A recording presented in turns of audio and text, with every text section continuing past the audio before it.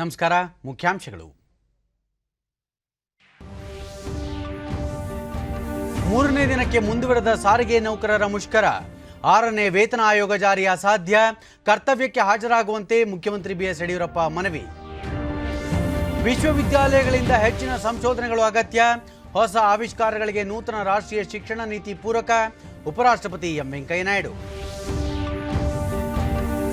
ದೇಶದಲ್ಲಿ 9 ಕೋಟಿಗೂ ಅಧಿಕ ಕೋವಿಡ್-19 ಲಸಿಕೆ ನೀಡಿಕೆ.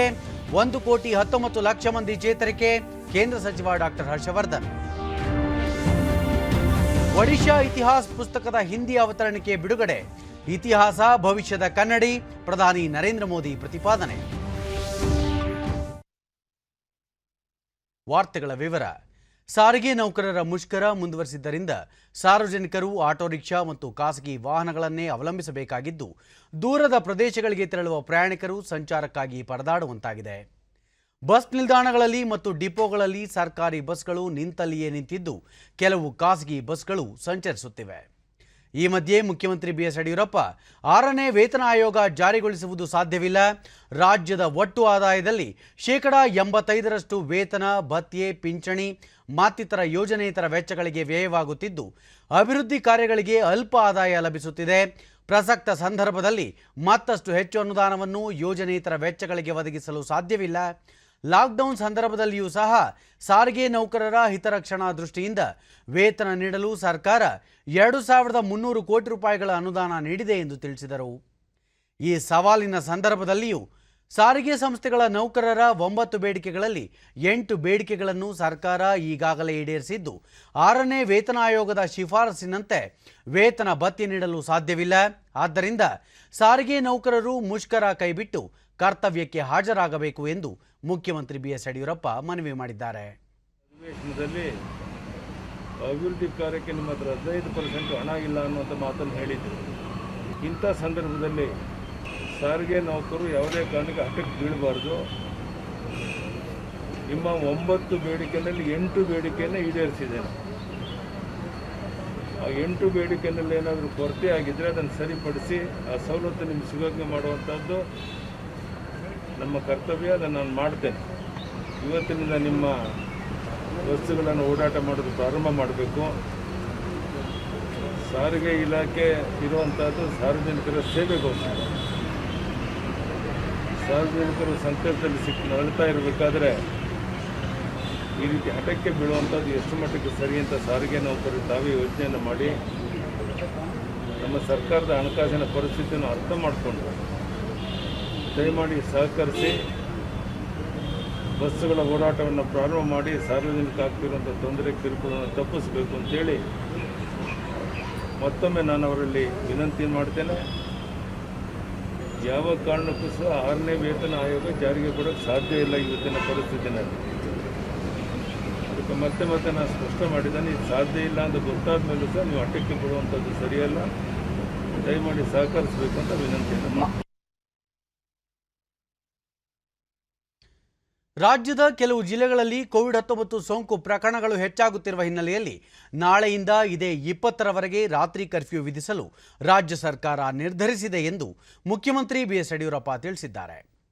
ಪ್ರಧಾನಿ ನರೇಂದ್ರ ಮೋದಿ ಅವರೊಂದಿಗಿನ ವರ್ಚುವಲ್ ಸಭೆಯ ನಂತರ ಸುದ್ದಿಗಾರರೊಂದಿಗೆ ಅವರು ಕೋವಿಡ್ ನಿಯಂತ್ರಣಕ್ಕೆ ಪ್ರಧಾನಿ ಹಲವು ಸಲಹೆಗಳನ್ನು ನೀಡಿದ್ದಾರೆ.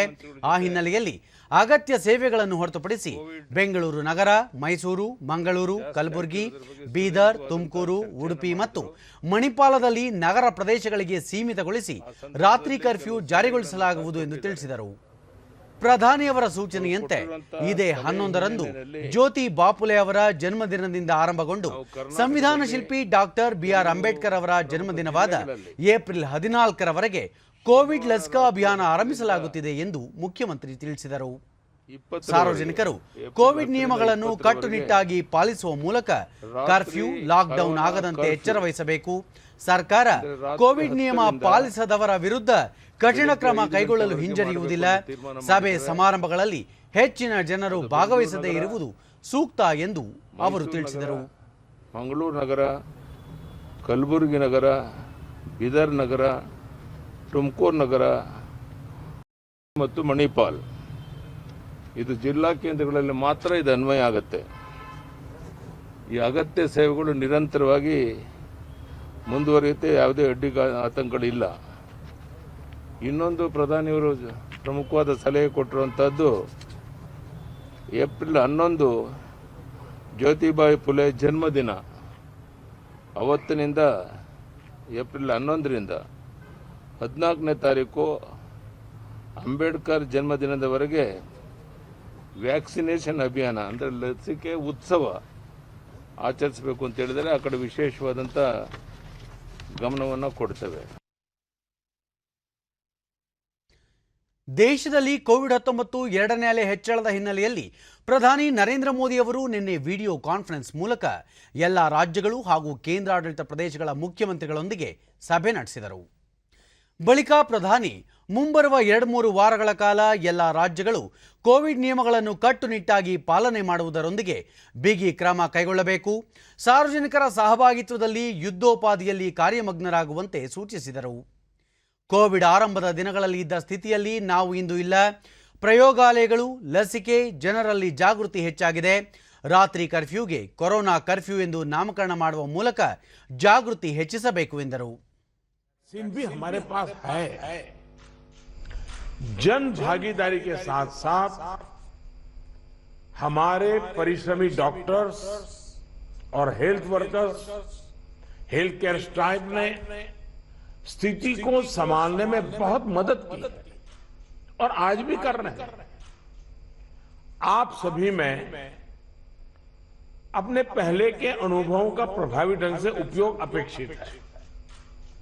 अब आप कल्पना कीजिए कि गत वर्ष इन दिनों में हमारे हाल क्या थे।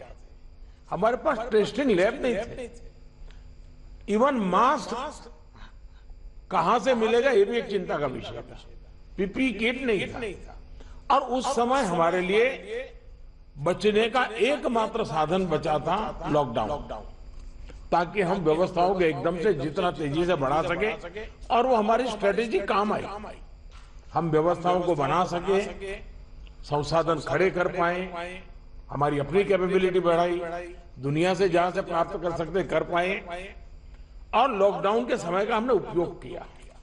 लेकिन आज जो स्थिति है, आज जब हमारे पास सब संसाधन है तो हमारा बल, और ये हमारे गवर्नेंस की कसौटी है, हमारा बल माइक्रो कंटेनमेंट जोन पर होना चाहिए। ಎಲ್ಲ ರಾಜ್ಯಗಳು ಮೈಕ್ರೋ ಕಂಟೋನ್ಮೆಂಟ್ ವಲಯಗಳ ಮೇಲೆ ಹೆಚ್ಚಿನ ನಿಗಾ ವಹಿಸಿ RT-PCR ಪರೀಕ್ಷೆಗಳನ್ನು 70% ಹೆಚ್ಚಿಸುವಂತೆ ಸೂಚಿಸಿದ ಪ್ರಧಾನಿ, ಕೋವಿಡ್ ಪ್ರಕರಣಗಳು ಹೆಚ್ಚುತ್ತಿದೆ ಎಂದು ಆತಂಕ ಪಡುವ ಅಗತ್ಯವಿಲ್ಲ. ಮಾದರಿ ಪರೀಕ್ಷೆಗಳ ಹೆಚ್ಚಳದಿಂದ ನಿಯಂತ್ರಣ ಸಾಧ್ಯ. ಸೋಂಕು ಹರಡುವಿಕೆಯನ್ನು ತಡೆಯಲು ಕೋವಿಡ್ ಪರೀಕ್ಷೆ ಹಾಗೂ ಪತ್ತೆ ಹೆಚ್ಚಿಸುವಿಕೆಯನ್ನು ಹೆಚ್ಚಿಸುವಂತೆ ಮುಖ್ಯಮಂತ್ರಿಗಳಿಗೆ ಸಲಹೆ ನೀಡಿದ್ದಾರೆ. ದೇಶದಲ್ಲಿ ಕೋವಿಡ್-19 ಸವಾಲಿನ ಪರಿಸ್ಥಿತಿ ನಿರ್ಮಿಸುತ್ತಿದ್ದು, ಆ ಸವಾಲನ್ನು ಎದುರಿಸಲು ಆಯಾ ರಾಜ್ಯಗಳು ಕೋವಿಡ್ ನಿಯಂತ್ರಣಕ್ಕೆ ಸೂಕ್ತ ಸಲಹೆ ಸೂಚನೆಗಳಿದ್ದರೆ ಹಂಚಿಕೊಳ್ಳುವಂತೆ ತಿಳಿಸಿದರು. ಇದೇ 11ರಿಂದ 14ರವರೆಗೆ ದೇಶಾದ್ಯಂತ ವ್ಯಾಕ್ಸಿನ್ ಉತ್ಸವ ಆಚರಿಸುವ ಮೂಲಕ ಹೆಚ್ಚಿನ ಜನರಿಗೆ ಲಸಿಕೆ ಹಾಕಬೇಕು. ಯುವಜನತೆ, ನೆರೆಹೊರೆಯ ಹಿರಿಯರು ಲಸಿಕಾ ಅಭಿಯಾನದಲ್ಲಿ ಪಾಲ್ಗೊಳ್ಳಲು ಸಹಕರಿಸಬೇಕು ಎಂದು ಪ್ರಧಾನಿ ಮನವಿ ಮಾಡಿದರು. फॉलो करते इसको भी करना पड़ेगा। और मैं ये कहूंगा कि जैसे हमने पिछली बार कोरोना को नियंत्रित किया था, वैसे ही हम इस बार भी कर लेंगे। मेरा पक्का विश्वास है और मेरा आप पर भरोसा है। आप अगर इनिशिएटिव लेंगे, चिंता करेंगे और फोकस टेस्टिंग पे कीजिए। वैक्सीनेशन की व्यवस्था एक लंबे कालखंड के लिए है, जो निरंतर चलानी होगी, वो चलाते रहेंगे। आज बल हम इस पर दें और जो एक टीका उत्सव एक ब्रेक थ्रू करने के लिए तय किया है, उस टीका उत्सव पर हम एक नई सफलता प्राप्त करें। एक नया विश्वास पैदा करने के लिए एक छोटा सा अवसर काम आ सकता है। मैं फिर एक बार आपके सुझावों की प्रतीक्षा करूंगा। बहुत बहुत धन्यवाद।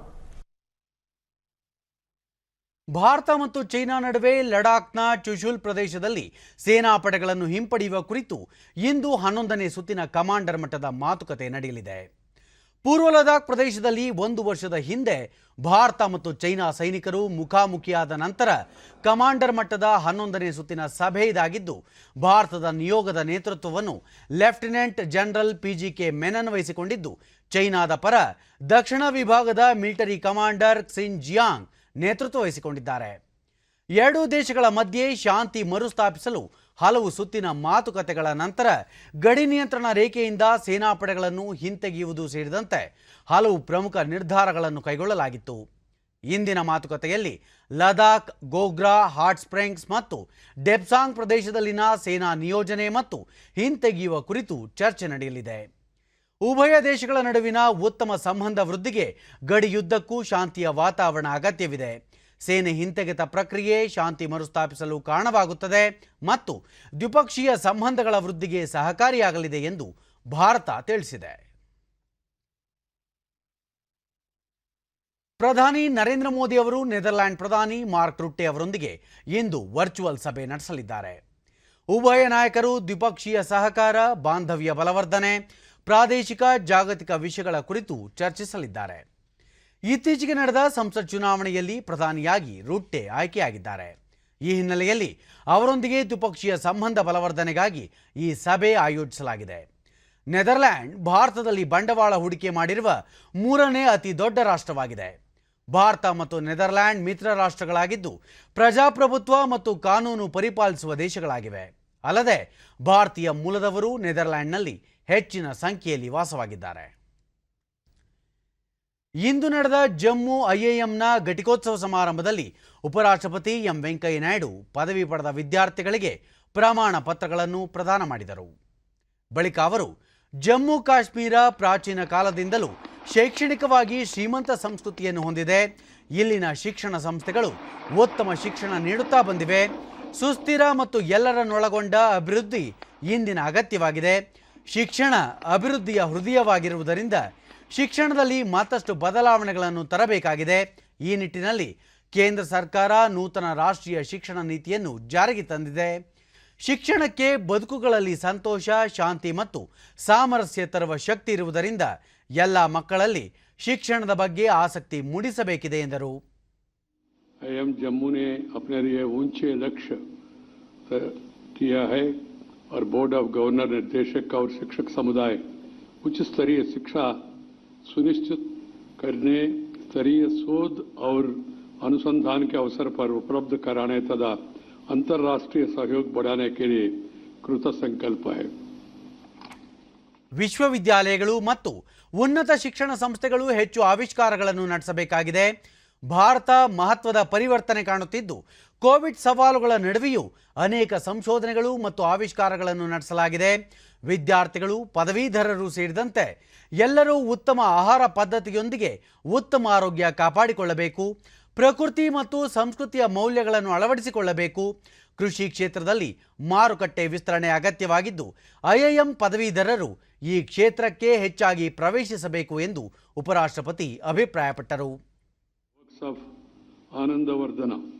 This was the land where Laleswari and Abba Khatun mesmerized audience with their poetry. ಪ್ರಧಾನಿ ನರೇಂದ್ರ ಮೋದಿ ಅವರು ಇಂದು ಉತ್ಕಲ್ ಕೇಶರಿ ಡಾಕ್ಟರ್ ಹರೇಕೃಷ್ಣ ಮೆಹ್ತಾ ಬರೆದಿರುವ ಒಡಿಶಾ ಇತಿಹಾಸನ ಹಿಂದಿ ಅವತರಣಿಕೆಯನ್ನು ದೆಹಲಿಯಲ್ಲಿ ಬಿಡುಗಡೆ ಮಾಡಿದರು. ಈ ಪುಸ್ತಕ ಇದುವರೆಗೂ ಒಡಿಯಾ ಹಾಗೂ ಇಂಗ್ಲಿಷ್ ಭಾಷೆಯಲ್ಲಿ ಲಭ್ಯವಿತ್ತು. ಪುಸ್ತಕವನ್ನು ಶಂಕರ್ಲಾಲ್ ಪುರೋಹಿತ್ ಹಿಂದಿ ಭಾಷೆಗೆ ಅನುವಾದಿಸಿದ್ದಾರೆ. ಕೇಂದ್ರ ಪೆಟ್ರೋಲಿಯಂ ಖಾತೆ ಸಚಿವ ಧರ್ಮೇಂದ್ರ ಪ್ರಧಾನ್ ಸಮಾರಂಭದಲ್ಲಿ ಉಪಸ್ಥಿತರಿದ್ದರು. संविधान सभा के सदस्य ओडिशा के पहले मुख्यमंत्री, बहुत धन्यवाद माननीय प्रधानमंत्री जी और श्री भातुहरि महताब जी, सांसद लोकसभा का वह विमोचन करें. पुस्तक के अनुवाद से ज़्यादा लोगों को ओडिशा के संपन्न इतिहास के बारे में जानकारी मिलेगी. और हमारे साथ श्री शंकरलाल पुरोहित जी हैं, जिन्होंने इस पुस्तक का हिंदी अनुवाद किया है. एक ऐसे ಬಳಿಕ साल में ಪ್ರಧಾನಿ प्रकाशित ಒಡಿಶಾದ ಶ್ರೀಮಂತ ಇತಿಹಾಸವನ್ನು ಹೆಚ್ಚು ಜನರಿಗೆ ತಲುಪಿಸುವಲ್ಲಿ ಈ ಹಿಂದಿ ಅವತರಣಿಕೆ ನೆರವಾಗಲಿದೆ. ಈ ಕೃತಿ ಇತಿಹಾಸ ಭವಿಷ್ಯದ ಕನ್ನಡಿಯಾಗಿದೆ. ಡಾಕ್ಟರ್ ಹರೇಕೃಷ್ಣ ಮೆಹತಾಬ್ ಅವರು ಸ್ವಾತಂತ್ರ್ಯ ಸೇನಾನಿ ಅಲ್ಲದೆ ಪ್ರಜಾಪ್ರಭುತ್ವ ಉಳಿವಿಗಾಗಿ ಸ್ವಾತಂತ್ರ್ಯ ನಂತರ ಜೈಲಿಗೆ ಹೋಗಿದ್ದರು. ಒಡಿಶಾದ ಸಾಮಾಜಿಕ, ಸಾಂಸ್ಕೃತಿಕ ಹಾಗೂ ರಾಜಕೀಯವನ್ನು ಅವರು ಆಳವಾಗಿ ಅರಿತಿದ್ದರು. ಒಡಿಶಾದ ಭವಿಷ್ಯಕ್ಕಾಗಿ ಅವರು ಸದಾ ಚಿಂತಿಸುತ್ತಿದ್ದರು ಎಂದರು. दांडी यात्रा शुरू की थी तो ओडिशा में हरे कृष्ण जी ने इस आंदोलन को नेतृत्व दिया था. ये भी संयोग है कि वर्ष 2023 में ओडिशा इतिहास के प्रकाशन के भी 75 वर्ष पूरे हो रहे हैं. मुझे लगता है कि जब किसी विचार के केंद्र में देश सेवा का, समाज सेवा का बीज होता है तो ऐसे संयोग भी बनते ही चलते हैं. साथियों, इस किताब की भूमिका में भरतवर्ष जी ने लिखा है कि डॉक्टर हरिकृष्ण मेहताब जी वो व्यक्ति थे जिन्होंने इतिहास बनाया भी, बनते हुए देखा भी और उसे लिखा भी. वास्तव में ऐसे ऐतिहासिक व्यक्तित्व बहुत बिरले होते हैं. ರಕ್ಷಣಾ ಸಚಿವ ರಾಜನಾಥ್ ಸಿಂಗ್ ದೆಹಲಿಯಲ್ಲಿಂದು ಭಾರತದ ಪ್ರವಾಸದಲ್ಲಿರುವ ಕಜಕಿಸ್ತಾನ್ನ ರಕ್ಷಣಾ ಸಚಿವ ಲೆಫ್ಟಿನೆಂಟ್ ಜನರಲ್ ನುರ್ಲಾನ್ ಯರ್ಮೇಕ್ ಬಾಯೇವ್ ಅವರೊಂದಿಗೆ ದ್ವಿಪಕ್ಷೀಯ ಮಟ್ಟದ ಮಾತುಕತೆ ನಡೆಸಿದರು. ಎರಡೂ ದೇಶಗಳ ನಡುವಿನ ಬಾಂಧವ್ಯ ಬಲವರ್ಧನೆ ಹಾಗೂ ರಕ್ಷಣಾ ಕ್ಷೇತ್ರದಲ್ಲಿ ಸಹಕಾರ ವಿಸ್ತರಿಸುವ ಕುರಿತು ಉಭಯ ನಾಯಕರು ವಿಸ್ತೃತವಾಗಿ ಚರ್ಚಿಸಿದರು. ಇದಕ್ಕೂ ಮುನ್ನ ನುರ್ಲಾನ್ ಯರ್ಮೇಕ್ ಬಾಯೇವ್ ಅವರು ರಾಷ್ಟ್ರೀಯ ಯುದ್ಧ ಸ್ಮಾರಕಕ್ಕೆ ಭೇಟಿ ನೀಡಿ ಗೌರವ ನಮನ ಸಲ್ಲಿಸಿದರು.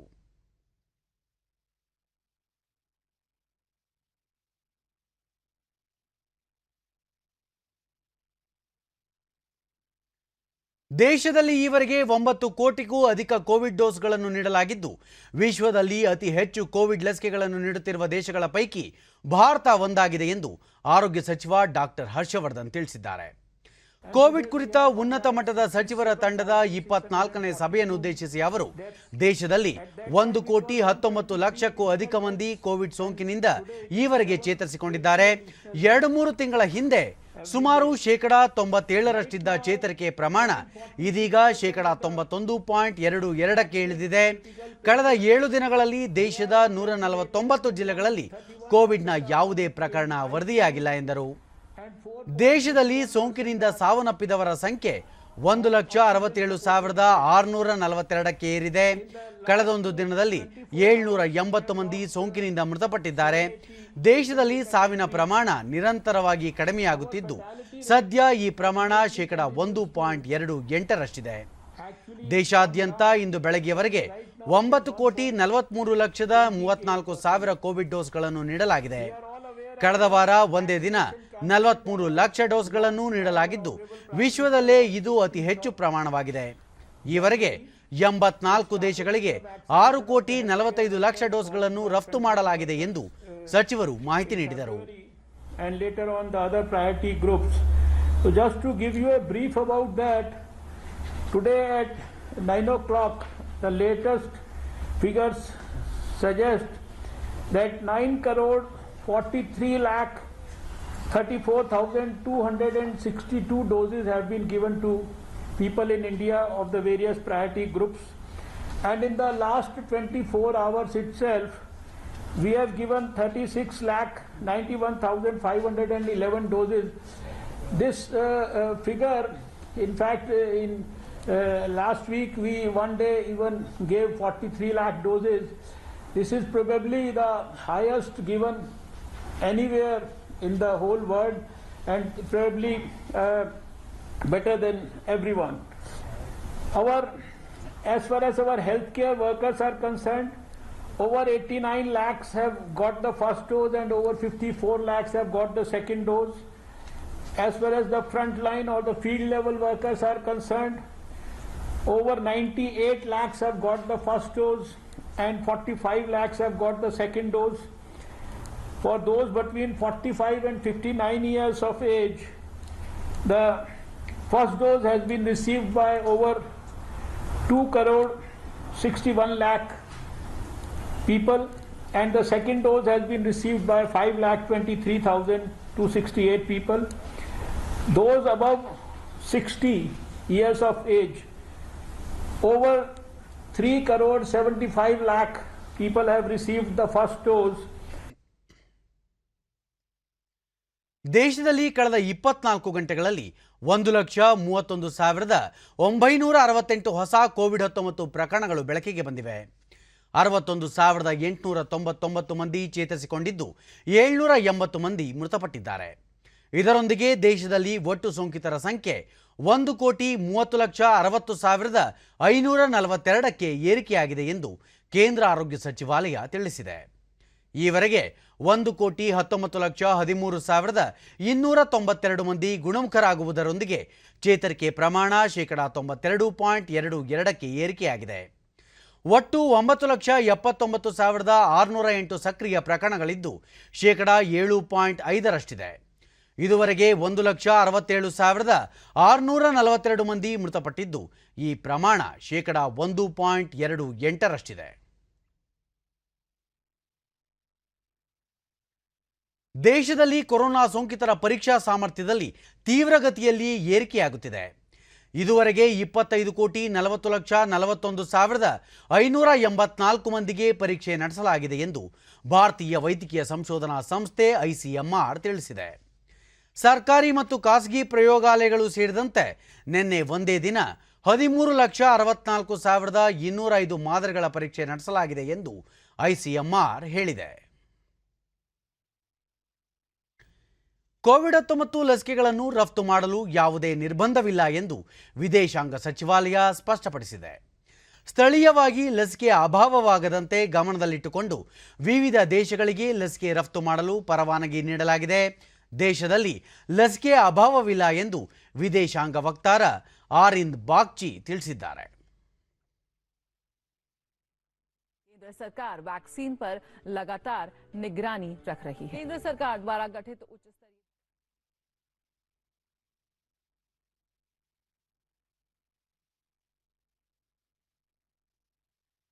ದೇಶದಲ್ಲಿ ರಾಷ್ಟ್ರೀಯ ಶಿಕ್ಷಣ ನೀತಿ ಅನುಷ್ಠಾನಕ್ಕೆ ಸಹಕಾರಿಯಾಗುವ ಉಪಕ್ರಮ ಸಾರ್ಥಕ್ ಅನ್ನು ಕೇಂದ್ರ ಶಿಕ್ಷಣ ಸಚಿವ ರಮೇಶ್ ಪೋಖ್ರಿಯಾಲ್ ನಿಶಾಂಕ್ ನಿನ್ನೆ ಉದ್ಘಾಟಿಸಿದರು.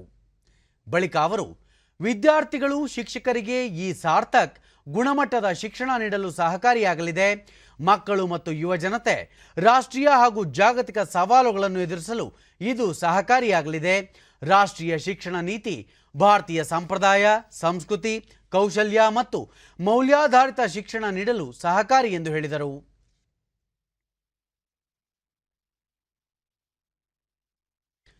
ನೂತನ ಗಣಿ ನೀತಿಯನ್ನು ಇದೇ ತಿಂಗಳಾಂತ್ಯದಿಂದ ಜಾರಿಗೆ ತರಲು ಚಿಂತಿಸಲಾಗುತ್ತಿದೆ ಎಂದು ಗಣಿ ಮತ್ತು ಭೂವಿಜ್ಞಾನ ಸಚಿವ ಮುರುಗೇಶ್ ನಿರಾಣಿ ನಿನ್ನೆ ಮಂಗಳೂರಿನಲ್ಲಿ ತಿಳಿಸಿದ್ದಾರೆ.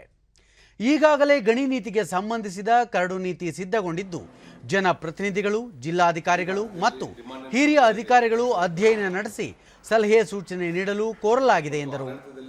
ಬೆಂಗಳೂರು ಮತ್ತು ಮಂಗಳೂರು ಸೇರಿದಂತೆ ರಾಜ್ಯದ 5 ಕಡೆ ಗಣಿ ಅದಾಲತ್ ನಡೆಸಲಾಗುವುದು. ಏಪ್ರಿಲ್ 30ರಂದು ಮೊದಲ ಅದಾಲತ್ ಬೆಂಗಳೂರಿನಲ್ಲಿ ನಡೆಯಲಿದೆ ಎಂದರು. ಬಳಿಕ ಸುದ್ದಿಗಾರರೊಂದಿಗೆ ಸಚಿವ ಮುರುಗೇಶ್ ನಿರಾಣಿ ನೂತನ ಗಣಿ ನೀತಿಯಲ್ಲಿ ಕರಾವಳಿಗೆ ಪ್ರತ್ಯೇಕ ನಿಯಮಗಳನ್ನು ರೂಪಿಸಲಾಗುವುದು. ಅದಕ್ಕಾಗಿ ಕರಾವಳಿಯ ಉದ್ಯಮಿಗಳು, ಜನಪ್ರತಿನಿಧಿಗಳು ಮತ್ತು ಮರಳು ಬಳಕೆದಾರರ ಅಭಿಪ್ರಾಯ ಪಡೆಯಲಾಗುತ್ತಿದೆ ಎಂದು ತಿಳಿಸಿದರು. CRZ ಸಮಸ್ಯೆ ಇರೋದ್ರಿಂದ ಅದಕ್ಕೊಂದು ಸಪ್ರೇಟ್ ಆಗಿ ಆ ಆ್ಯಕ್ಟ್ದಲ್ಲಿನೂ ಒಂದು ಚಾಪ್ಟರ್ ಸಪ್ರೇಟ್ ಆಗಿ ಮಾಡುವಂಥದ್ದು. ನಂತರ ಪ್ರೀ ಸ್ಯಾಂಡ್ ಪಾಲಿಸಿ ಅಂತ ತರ್ತಾ ಇದ್ದೀವಿ. ಪ್ರೀ ಸ್ಯಾಂಡ್ ಪಾಲಿಸಿ ಅಂದರೆ ಅಪ್ ಟು 10 lakh rupees ಇರುವಂಥ ಕಟ್ಟಡಗಳಿಗೆ ಅವ್ರಿಗೆ ನಾಮಿನಲ್ ರೇಟ್ದಲ್ಲಿ ಪ್ರತಿ ಟನ್ನಿಗೆ ಒಂದು 100 ರೂಪಾಯಿದಂತೆ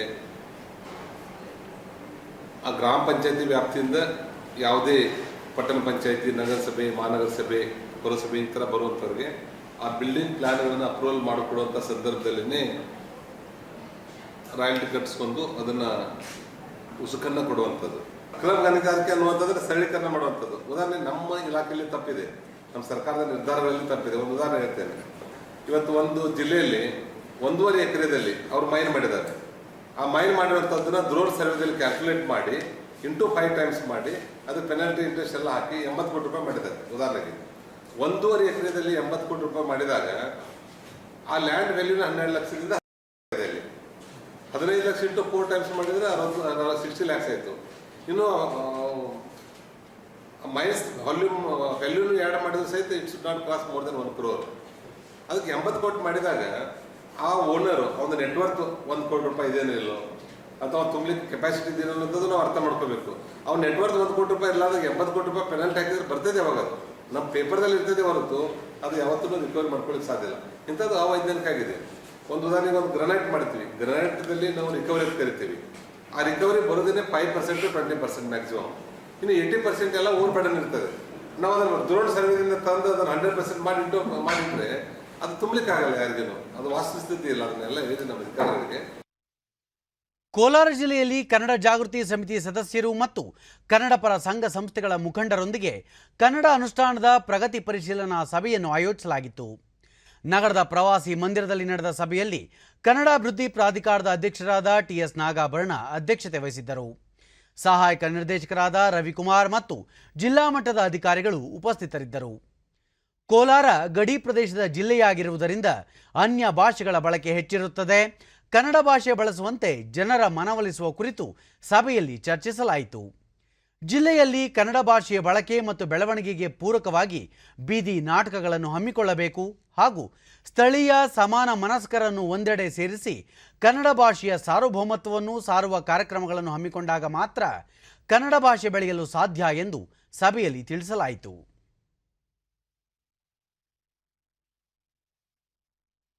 ಮುಖಾಂತರ ಎಲ್ಲರನ್ನೂ ಮತ್ತೆ ಅಲ್ಲಿ ಸೇರಿಸೋದಾಗಬೇಕು. ನೀವು ಹೇಳಿದ್ರೆ ಅಲ್ಲಿ ನಮ್ಮ ಮೊದಲು ನಾವೇನು ಮಾಡಿದ್ವಿ, ಅಲ್ಲಿದ್ದ ಕನ್ನಡ ಶಾಲೆಗಳನ್ನ ಮೊದಲು ನಾವು ತಿಳಿಸ್ತೀವಿ. ಇವತ್ತು ಸಂಪೂರ್ಣವಾಗಿ ತಮಿಳು ಶಾಲೆಗಳೇ ಇದ್ದಂಥ KGF ನಗರ. ಕನ್ನಡ ಪರ ಸಂಘಟನೆಗಳಿದೆ, ಸಾಂಸ್ಕೃತಿಕವಾಗಿ ಮತ್ತು ಶೈಕ್ಷಣಿಕವಾಗಿ ಏನು ಮಾಡ್ಬೋದು ಅನ್ನುವ ಪ್ರಸ್ತಾವನೆಗಳನ್ನು ಕಳಿಸಿದ್ರೆ ಅವುಗಳನ್ನು ಕೆಲವನ್ನಾದರೂ ನಾವು ತಗೊಂಡು ಒಂದು ತಿಂಗಳಿಗೆ ಒಂದರಂತೆ ಒಂದು 10 ಪ್ರೋಗ್ರಾಮ್ ಮಾಡ್ಬೋದು. ಸಂತೋಷ ದಿನ. ಡಿಡಿ ನ್ಯೂಸ್ನೊಂದಿಗೆ ಕನ್ನಡ ಪ್ರಾಧಿಕಾರದ ಅಧ್ಯಕ್ಷರಾದ TS ನಾಗಾಭರಣ, ಕೋಲಾರ ಸಾಂಸ್ಕೃತಿಕ ಮಟ್ಟದಲ್ಲಿ ತನ್ನದೇ ಆದ ಛಾಪು ಮೂಡಿಸಿರುವ ನಗರವಾಗಿದೆ. ಕನ್ನಡ ಅನುಷ್ಠಾನಕ್ಕೆ ಕೆಲವು ಯೋಜನೆಗಳನ್ನು ಹಮ್ಮಿಕೊಂಡಿದ್ದು ಸರ್ಕಾರ ಇದಕ್ಕೆ ಪೂರಕವಾಗಿ ಸ್ಪಂದಿಸಬೇಕಿದೆ ಎಂದರು. ಮನಸ್ಸುಗಳನ್ನು ಭೇಟಿ ಮಾಡಿದ ಮೇಲೆ ನನಗನ್ಸಿದ್ದೇನಪ್ಪ ಅಂದರೆ ಇಲ್ಲಿ ನಿಜವಾಗಿಯೂ ಬಹಳ ಅದ್ಭುತವಾದ ಕೆಲಸ ಆಗ್ತದೆ. ಮನಸ್ಸುಗಳು ಒಂದಾಗಬೇಕಷ್ಟೆ. ಅದು ಕೇವಲ ಕನ್ನಡ ಅನುಷ್ಠಾನ ಅನ್ನೋದಕ್ಕಿಂತ ಕನ್ನಡವನ್ನು ಒಟ್ಟಾರೆಯಾಗಿ ಸಾಂಸ್ಕೃತಿಕವಾಗಿ, ಸಾಮಾಜಿಕವಾಗಿ ಮತ್ತು ಆರ್ಥಿಕವಾಗಿಯೂ ಕೂಡ ಅದನ್ನು ಬೆಳೆಸಲಿಕ್ಕೆ ಸಾಧ್ಯ ಅನ್ನೋದನ್ನು ಇಲ್ಲಿಯ ಮನಸ್ಸುಗಳು ಇವತ್ತು ಸಾಬೀತುಪಡಿಸ್ತಾ ಇದ್ದಾರೆ. ಸಾರಿಗೆ ನೌಕರರ ಮುಷ್ಕರದ ಹಿನ್ನೆಲೆಯಲ್ಲಿ ನೈಋತ್ಯ ರೈಲ್ವೆ ಇಲಾಖೆ ಬೆಂಗಳೂರಿನಿಂದ ವಿವಿಧ ನಗರಗಳಿಗೆ 20 ವಿಶೇಷ ರೈಲುಗಳು ಸಂಚರಿಸಲು ವ್ಯವಸ್ಥೆ ಕಲ್ಪಿಸಲಾಗಿದೆ ಎಂದು ನೈಋತ್ಯ ರೈಲ್ವೆ ವಲಯದ ಮುಖ್ಯ ಸಾರ್ವಜನಿಕ ಸಂಪರ್ಕಾಧಿಕಾರಿ ಅನೀಶ್ ಹೆಗಡೆ ಹುಬ್ಬಳ್ಳಿಯಲ್ಲಿಂದು ತಿಳಿಸಿದ್ದಾರೆ. ಯುಗಾದಿ ಹಬ್ಬದ ಪ್ರಯುಕ್ತ ಬೆಂಗಳೂರಿನಿಂದ ಬೆಳಗಾವಿ, ವಿಜಯಪುರ, ಕಾರವಾರ, ಕಲಬುರಗಿ ಮತ್ತು ಬೀದರ್ ಸೇರಿದಂತೆ ವಿವಿಧ ಜಿಲ್ಲೆಗಳಿಗೆ ತೆರಳುವ ಪ್ರಯಾಣಿಕರಿಗೆ ಅನುಕೂಲ ಮಾಡಿಕೊಡಲಾಗಿದೆ ಎಂದರು. ಕರ್ನಾಟಕ ಸರ್ಕಾರದವರು ಬರೆದ ಪತ್ರದ ಮನವಿಗೆ ಸ್ಪಂದಿಸಿ ನೈಋತ್ಯ ರೈಲ್ವೆ ಇಲಾಖೆಯಿಂದ ಪ್ರಯಾಣಿಕರ ಅನುಕೂಲಕ್ಕಾಗಿ, ಸಾರ್ವಜನಿಕರ ಅನುಕೂಲಕ್ಕಾಗಿ ಯುಗಾದಿ ಹಬ್ಬದ ಪರ್ವದಂದು 20 ವಿಶೇಷ ಗಾಡಿಗಳನ್ನು ಬೆಂಗಳೂರಿನಿಂದ ವಿವಿಧ ಪ್ರಮುಖ ನಗರಗಳಿಗೆ ಸಂಪರ್ಕ ಕಲ್ಪಿಸಲು ಓಡಿಸಲಾಗುತ್ತಿದೆ. ಇದರಲ್ಲಿ ಬೆಂಗಳೂರಿನಿಂದ ಬೆಳಗಾವಿ, ವಿಜಯಪುರ, ಕಾರವಾರ, ಕಲಬುರಗಿ ಮೂಲಕ ಬೀದರ್ ಮುಂತಾದ ನಗರಗಳನ್ನು ಸಂಪರ್ಕ ಮಾಡುತ್ತಿದ್ದೇವೆ. ಇದೇ ಸಂದರ್ಭದಲ್ಲಿ ಇನ್ನೊಂದು ಸ್ಪಷ್ಟೀಕರಣವನ್ನು ನಾವು ನೀಡಲು ಬಯಸುತ್ತೇವೆ. ಕೋವಿಡ್ 2ನೇ ಅಲೆಯ ಭೀತಿಯಲ್ಲಿ ಸಾಮಾಜಿಕ ಮಾಧ್ಯಮದಲ್ಲಿ ಕೆಲವೊಂದು ಫೇಕ್ ವಿಡಿಯೋಗಳು ಮತ್ತು ಕೆಲವೊಂದು ಮ್ಯಾನಿಪುಲೇಟ್. ಕೊನೆಯಲ್ಲಿ ಮತ್ತೊಮ್ಮೆ ಮುಖ್ಯಾಂಶಗಳು. 3ನೇ ದಿನಕ್ಕೆ ಮುಂದುವರೆದ ಸಾರಿಗೆ ನೌಕರರ ಮುಷ್ಕರ, 6ನೇ ವೇತನ ಆಯೋಗ ಜಾರಿ ಅಸಾಧ್ಯ, ಕರ್ತವ್ಯಕ್ಕೆ ಹಾಜರಾಗುವಂತೆ ಮುಖ್ಯಮಂತ್ರಿ BS ಯಡಿಯೂರಪ್ಪ ಮನವಿ. ವಿಶ್ವವಿದ್ಯಾಲಯಗಳಿಂದ ಹೆಚ್ಚಿನ ಸಂಶೋಧನೆಗಳು ಅಗತ್ಯ, ಹೊಸ ಆವಿಷ್ಕಾರಗಳಿಗೆ ನೂತನ ರಾಷ್ಟ್ರೀಯ ಶಿಕ್ಷಣ ನೀತಿ ಪೂರಕ, ಉಪರಾಷ್ಟ್ರಪತಿ M. ವೆಂಕಯ್ಯನಾಯ್ಡು. ದೇಶದಲ್ಲಿ 9 ಕೋಟಿಗೂ ಅಧಿಕ ಕೋವಿಡ್-19 ಲಸಿಕೆ ನೀಡಿಕೆ, 1,19,00,000 ಮಂದಿ ಚೇತರಿಕೆ, ಕೇಂದ್ರ ಸಚಿವ ಡಾಕ್ಟರ್ ಹರ್ಷವರ್ಧನ್. ಒಡಿಶಾ ಇತಿಹಾಸ ಪುಸ್ತಕದ ಹಿಂದಿ ಅವತರಣಿಕೆ ಬಿಡುಗಡೆ, ಇತಿಹಾಸ ಭವಿಷ್ಯದ ಕನ್ನಡಿ, ಪ್ರಧಾನಿ ನರೇಂದ್ರ ಮೋದಿ ಪ್ರತಿಪಾದನೆ. ನಮ್ಮ ವಾರ್ತಾ ಪ್ರಸಾರವನ್ನು ನೀವು ಡಿಡಿ ಚಂದನ ನ್ಯೂಸ್ ಯೂಟ್ಯೂಬ್ ಚಾನೆಲ್ನಲ್ಲೂ ವೀಕ್ಷಿಸಬಹುದು. ವೀಕ್ಷಕರೇ, ನಾನು ಈಗ ಸ್ಟುಡಿಯೋದಿಂದ ತೆರಳುತ್ತಿರುವ ಕಾರಣ ಮಾಸ್ಕ್ ಧರಿಸುತ್ತಿದ್ದೇನೆ. ನೀವು ಸಹ ಮನೆಯಿಂದ ಹೊರ ಹೋಗುವ ಮುನ್ನ ಸರಿಯಾದ ಕ್ರಮದಲ್ಲಿ ತಪ್ಪದೆ ಮಾಸ್ಕ್ ಧರಿಸಿ. ವ್ಯಕ್ತಿಗತ ಅಂತರ ಕಾಪಾಡಿಕೊಳ್ಳುವುದರೊಂದಿಗೆ ನೀವು ಸುರಕ್ಷಿತವಾಗಿರಿ, ನಿಮ್ಮವರನ್ನು ಸುರಕ್ಷಿತವಾಗಿರಿಸಿ. ನೈರ್ಮಲ್ಯಕ್ಕೆ ಆದ್ಯತೆ ನೀಡುವುದರ ಜೊತೆಗೆ ಸೋಂಕು ತಡೆಗೆ 45 ವರ್ಷ ಮೇಲ್ಪಟ್ಟ ಎಲ್ಲರೂ ಕೋವಿಡ್-19 ಲಸಿಕೆ ಪಡೆಯಿರಿ. ನಮ್ಮ ಮುಂದಿನ ವಾರ್ತಾ ಪ್ರಸಾರ ಸಂಜೆ 4:30ಕ್ಕೆ. ನಮಸ್ಕಾರ.